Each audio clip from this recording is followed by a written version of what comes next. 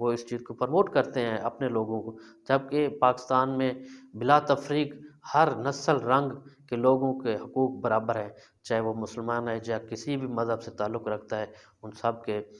جو حقوق ہیں وہ برابر ہیں، یہاں پہ کسی کو کسی قسم کا کوئی مسئلہ نہیں ہے۔ جبکہ یہ بھارت کا جو انتہائی گھنونا چہرہ ہے میں آپ کے سامنے رکھ رہا ہوں، اس کے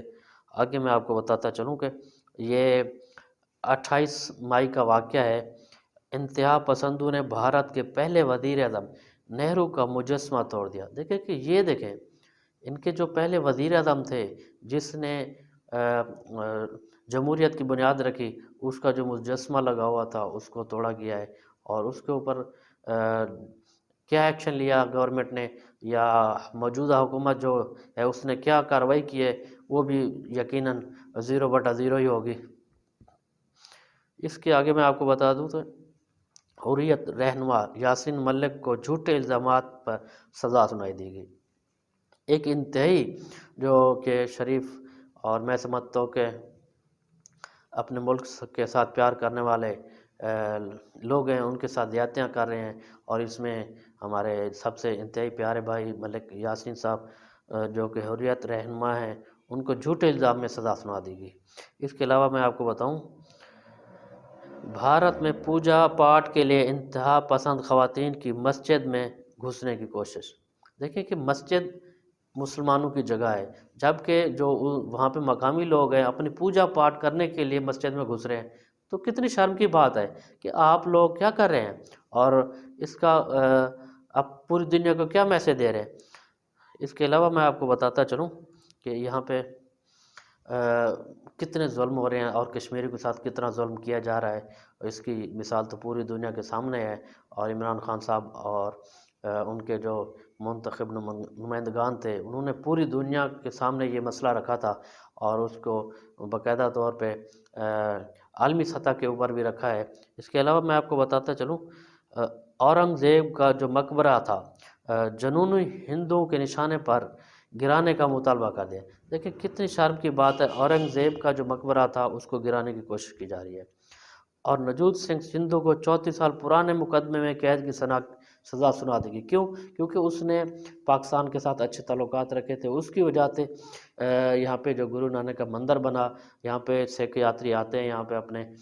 مذاہب کے مطابق جو ان کی رسومات ہوتے ہیں وہ ادا کرتے ہیں۔ تو یہ سب سے بڑی تکلیف تھی نریندر مودی کو اور ان کی جماعت کو۔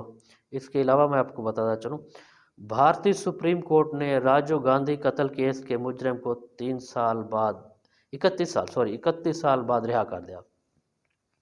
اس کے علاوہ میں بتاؤں کہ بھارت میں انتہا پسندوں کا مسجد کو مندر بنانے کے لیے شیولنگ کی برآمدگی کا بھونڈا دعویٰ۔ دیکھیں کتنی بڑی شرمناک باتیں ہیں۔ بھارتی مسلمان ماہی گیروں نے عدالت سے مرنے کی اجازت مانگ لی کہ جب آپ کام ہی نہیں کرنے دے رہے ہمیں، تو پھر مرنے کی اجازت تو دے دیں تاکہ ہم سکون سے مار تو سکیں۔ اس کے علاوہ تاج محل کی جو اراضی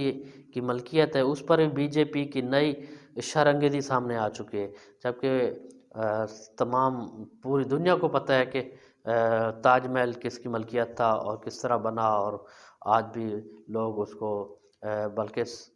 پوری دنیا سے لوگ آتے ہیں اس کو دیکھنے کے لیے، اور اس کے اوپر بھی اپنی ملکیت جتانے کے لیے بی جے پی بونے جو ہے نا کام کر رہی ہے اس کو گرانے کے لیے۔ اس کے علاوہ میں بتاؤں کہ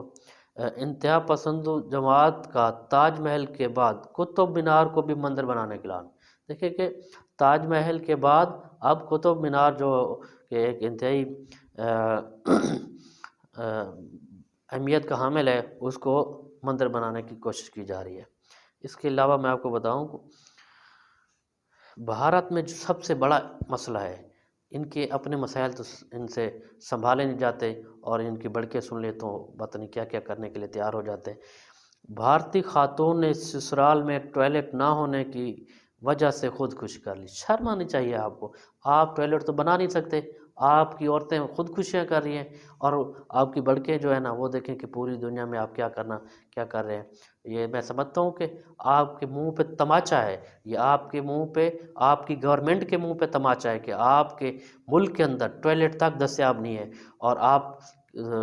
چلتے ہیں پاکستان کے خلاف باتیں کرنے کے لیے، مسلمانوں کو پتہ نہیں کیا کیا سزائیں دے رہے ہیں آپ. یہ تو میں سمجھتا ہوں کہ اس وقت جاگنا چاہیے امت مسلمہ کو، اور تمام مسلمانوں کے ممالک کو اکٹھا ہونا چاہیے اور ان کو بتانا چاہیے اور ان کو لگام ڈالنی چاہیے، تاکہ ان کو پتہ چلے کہ یہ کس طرح ظلم بربریت کر رہے ہیں. اور کافی سالوں سے ہم دیکھ رہے ہیں کہ ان کی